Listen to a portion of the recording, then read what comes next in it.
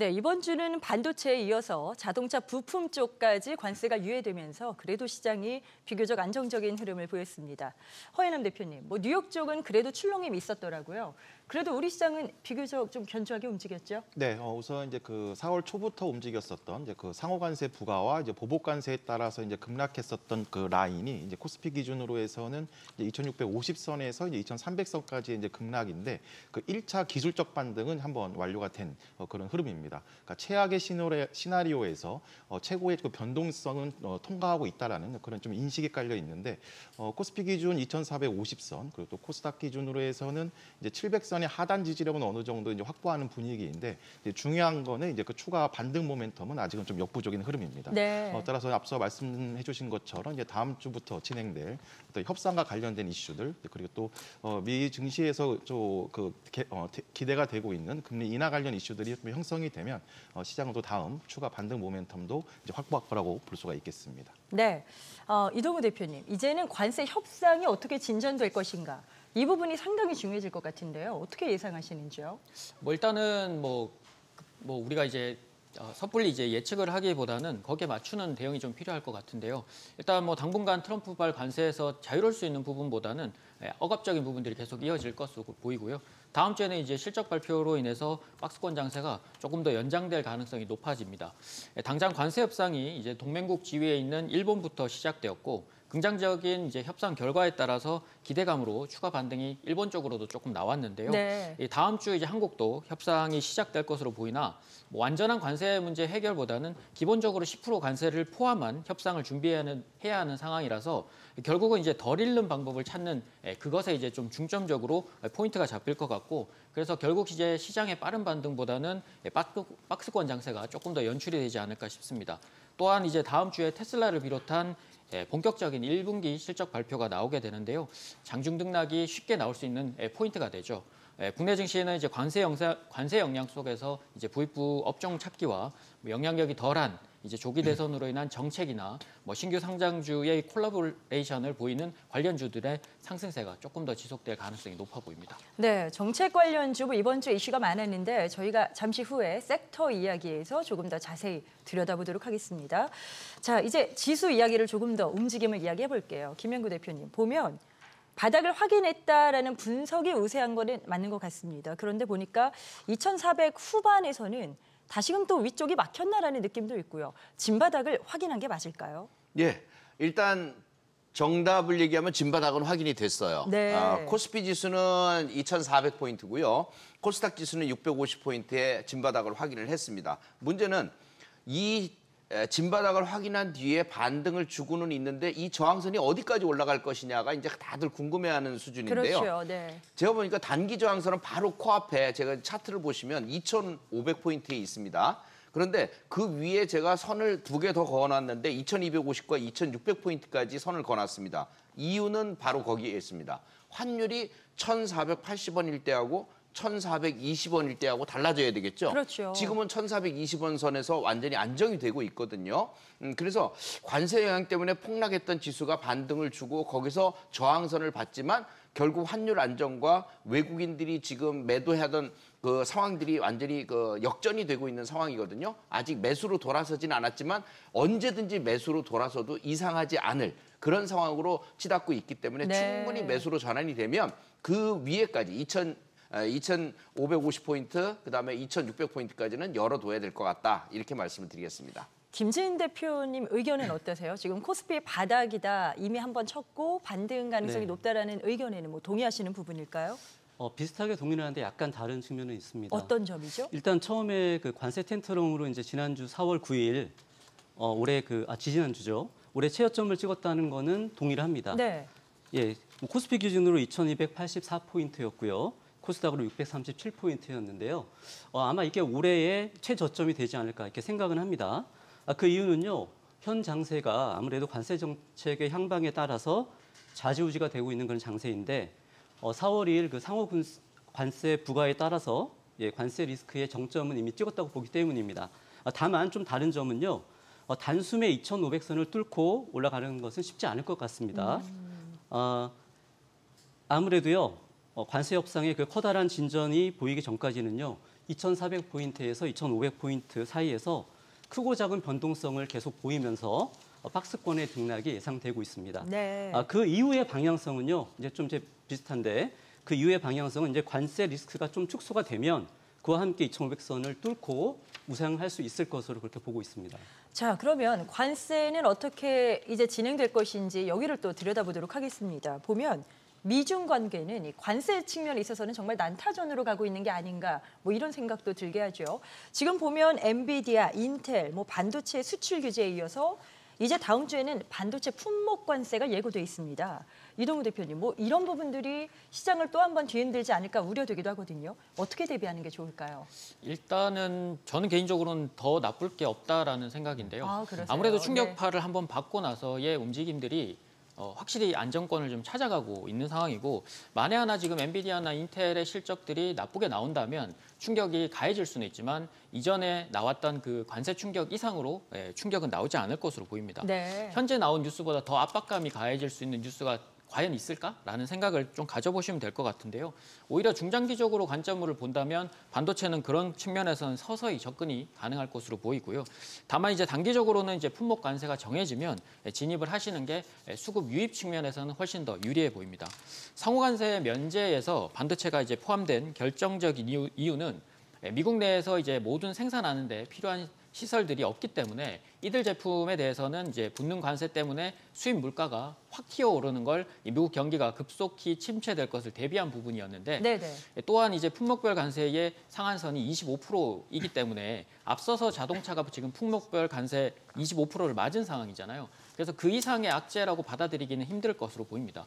그래서 중장기적으로는 분명히 반도체도 접근이 가능한 시점이고 단기적으로는 이제 당장의 이제 관세 역량에서는 이제 자유로울 수 없는 부분이기 때문에 뭐 자동차, 2차 전지와 함께 매수세가 유입되지 않으니까 오히려 품목별 관세를 보고 진입과 대응을 준비하시는 게 좋을 것 같습니다. 자, 일단 뭐 더 이상 나빠질 게 없다라는 의견으로 요약이 되는데 김재인 대표님은 어떠세요? 지금 반도체 관세 리스크 이 부분이 일단 저희가 좀 지켜봐야 될 부분 아니겠습니까? 예, 맞는데요.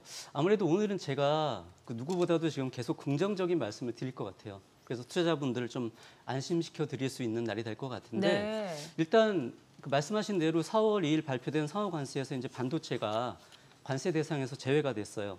그래서 일단 한숨은 돌렸는데요. 아무래도 이제 주초에 미국 상무부가 무역확장법 232조에 근거해서 반도체와 의약품에 대한 조사에 이제 들어갔습니다. 그리고 그에 따라서 결과가 나오는 대로 아마 트럼프가 다음 주에 반도체 관세에 대해서 발표를 할 것이라고 예고가 된 상태예요. 그렇죠. 네. 그렇기 때문에 이제 다음 주가 아무래도 반도체 관세 리스크에 대한 불확실성이 저는 이제 해소되는 그런 중요한 한 주가 될 거라고 생각을 합니다. 일단 이제 미 상무부 조사 결과가 나오면 거기에 따라서 관세 부담이 사실 커질 수도 있긴 있을 겁니다. 반면에 한편으로는 이 HBM 등 이 첨단 반도체 생산을요, 우리 삼성전자하고 하이닉스가 주도하고 있고 그렇기 때문에 이에 대한 대체대가 지금 크게 있지 않는 상태에서는 관세가 높게 부과되지 않을 것이라는 그런 긍정적인 분석도 할 수가 있겠고요. 그리고 이제 최상목 경제부총리와 그 안덕근 산업통상자원부 장관이 빠르면은 다음 주부터 나란히 미국에 이제 방문을 해서 이 본격적인 협상에 나선다고 하고 있습니다. 여기에다가 트럼프 대통령이 각별히 챙기고 있는 부분이 있죠. 우리나라와 그 미국 간의 그 조선 협력이라든지 그리고 알래스카 LNG 프로젝트의 그 참여 이 부분에 있어서도요. 이 부분을 잘 협상의 도구로 활용을 한다면 아무래도 다른 국가들 대비해서는 상대적으로 긍정적인 결과를 기대해 볼 수도 있지 않을까 이렇게 네네. 생각이 듭니다. 네. 그런데 만약에 설령 높은 관세가 부과되고 나서 추가 협상의 프로세스로 갈 수도 있어요. 그렇게 된다고 하더라도 크게 걱정할 건 아니다. 오히려 삼성전자, 하이닉스가 그 이슈로 인해서 추가로 주가가 밀린다면 오히려 저가 매수의 기회로 또 역시 활용해야 된다고 다시 한번 강조드리고 싶습니다. 알겠습니다. 자, 그렇다면 이번엔 외국인입니다. 수급 상황은 어떻게 봐야 될지 궁금한데 일단 뭐 관세 관련해서는 미 정부와 함께 이제 협상을 진전시킬 것이다라고 하지만 외국인들은 좀처럼 돌아올 기미가 보이지 않고 있습니다. 뭐 연일 매도가 계속되고 있는 상태인데요. 허인남 대표님 먼저 좀 여쭤보죠. 어떨까요? 지금 언제쯤 돌아올 가능성이 좀 있다 보실 수 있을까요? 네, 예. 그 말씀하신 대로 이제 원달러 환율이 1,400원 초반까지 좀 어느 정도의 안정적인 모습을 보였음에도 불구하고 지금 4월 외국인이 이제 코스피 대형주 매도 집중되면서 16일 기준 9조 원 가까이 지금 순매도를 지속하고 있습니다. 그 중에서도 역시 삼성전자와 이제 SK 하이닉스에 많이 집중되어 있는데 동기간 이 두 종목에 4조 원 넘게 이제 순매도를 보이고 있습니다. 이의 이유는 역시 그 김진 대표님께서도 말씀하신 것처럼 이제 다음 주에 예정되어 있는 이제 반도체에 대한 개별 관세 우려의 영향으로 이제 외국인이 지금 돌아오지 않고 있는 그런 네. 흐름입니다. 이제 결국에는 국내 증시 자체 체력의 문제이기 때문에 지금 2,400선 초반에서 이제 외국인이 한 3거래일에서 5거래일 동안 지속적인 순매수가 들어와야 우리가 하단 지지력을 이제 확실히 확인할 수 있는 그런 흐름이기 때문에 포트폴리오의 확장의 여부는 역시 외국인의 수급 전환으로 우리가 또 그 평가해야 되겠습니다. 김영구 대표님 의견도 궁금합니다. 외국인들이 상당히 제한적인 수급을 보여주다 보니까 사실 앞서도 말씀하신 것처럼 그게 전제 조건이 되어야지 또 시장이 올라갈 수 있지 않겠습니까? 지금 상황에 대해서 어떤 진단이 가능할까요? 예. 그 표를 갖다가 잠깐 제가 준비한 걸 보면 네. 4월 10일이 기준일이 될 텐데 그 4월 10일 기준일 전과 후로 나뉘는데요. 그 아랫부분에 있는 전으로 보면은 거의 일평균 1조 원씩 외국인들이 매도를 합니다. 하루 네. 평균. 근데 지금은 어떻죠?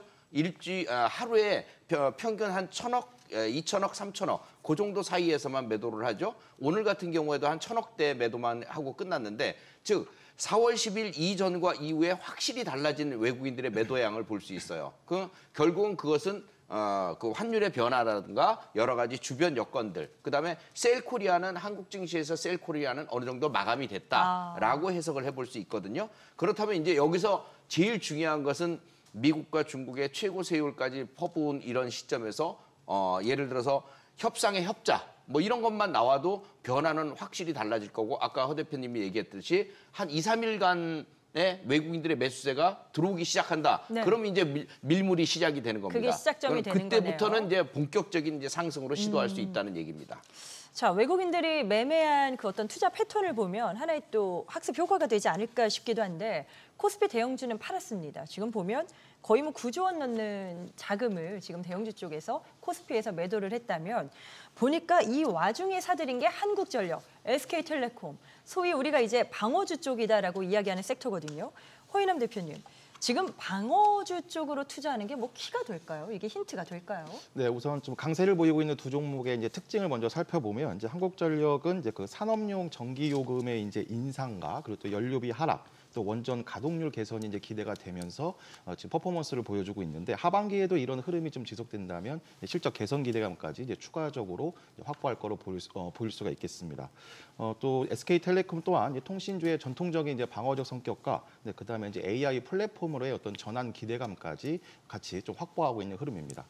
하지만 이 방어주라는 표현 자체에서 드러난 것처럼 좀 최선이라기보다는 차선책 또는 대안처의 역할이기 때문에 네. 좀 탄력성 면에서는 그렇게 크지가 않습니다. 따라서 좀 개인 투자자분의 어떤 성향상 좀 그 투자금이 크신 분을 제외하고서는 그렇게 좀 긍정적으로 또 공격적으로 매매할 필요는 없다고 볼 수가 있겠습니다. 네. 자, 그렇다면 이번엔 수급에 이어서 환율을 좀 동향을 체크해 보도록 하겠습니다. 앞서서 뭐 환율이 내려왔음에도 외국인들이 계속해서 팔고 있다. 뭐 이런 부분도 언급을 하셨는데 이제는 1,420원대 흐름을 좀 보여주고 있습니다. 자, 이동우 대표님. 이번 주에도 뭐 60원 가량 왔다 갔다 하면서 변동성이 좀 상당했습니다. 지금 외환시장 동향은 어떻게 좀 해석할 수 있을까요? 뭐 가장 크게는 국내의 이제 정치적인 문제가 가장 크다고 예전에는 생각을 했었는데 지금 보니까 결국은 이제 미국도 경기 침체 가능성이 높아진 것에 시장에서는 좀 반응을 한 것으로 보입니다. 통상 적용되던 개념이었던 이 경기 침체는 이제 안전 자산에 대한 선호를 뜻하고 대부분 이제 달러를 안전 자산으로 금과 함께 많이 꼽았는데 이번 시장에서는 지금 그게 무너진 상황입니다. 금값 상승은 오히려 커졌지만 오히려 안전 자산이라고 불리던 이 달러는 오히려 반대로 이제 움직이는 형상을 좀 보였는데 결국 그게 미국도 경기 침체 가능성이 커졌다라는 부분에서 미국 경제에 대한 신뢰에 대한 상실 가능성이 커진 것으로 보입니다. 네. 오히려 다른 안전 자산은 이제 금값은 이제 최고치를 또 경신을 했었고요. 유로화 등 이제 주요 6개 통화에 대한 달러화 가치를 반영하는 달러 인덱스의 연중 하락률은 8.5% 이상 확대되면서 40여 년 만에 최악의 실적을 좀 기록을 하기도 했고요. 미국을 제외한 국가의 수출 업체들은 미국의 관세 부과와 함께 달러와 급락이 겹치면서 이중고를 겪게 됐는데 결국 이 부분이 이제 외환 시장의 변동성을 크게 만든 것으로 풀이됩니다. 자, 이렇게 뭐 관세에 대한 공포가 조금 잦아들었고 그래서 이번 주는 비교적 견조한 흐름을 보였다고는 하지만 뭐 신규 매수에 적극적으로 나서기에는 사실 투자자 입장에서는 또 녹록지가 않습니다. 허인남 대표님께 여쭤보고 싶은 건 지금 이런 이제 변동성이 조금씩 잦아드나라는 과정에서 포트폴리오를 재정비하고 싶은 분들 계실 수가 있거든요. 지금 적기라고 판단하세요? 네, 우선 이제 확인만 되면 충분히 그 탄력성을 발휘할 수 있는 적기라고 볼 수가 있는데 네. 이제 그거의 이제 시작점을 판단할 때 이제 앞서 말씀드린 것처럼 결국에는 외국인이 들어와줘야 되겠습니다.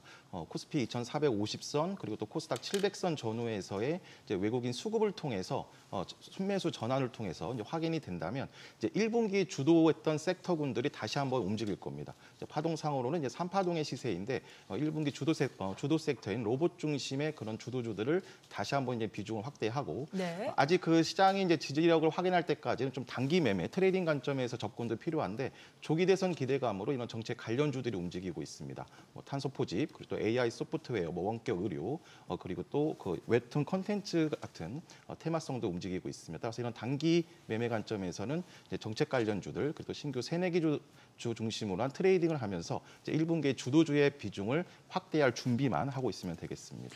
자, 뭐 다음 주에 예정돼 있는 빅테크들의 실적 발표도 있습니다. 뭐 테슬라, 인텔 등 아주 굵직한 그런 또 기업들의 내용들이 공개될 거고요. 자, 과연 다음 주에 투자 전략을 전반적으로 어떤 방향으로 설정해야 될지 김영구 대표님 좀 마무리 도와주시죠. 네.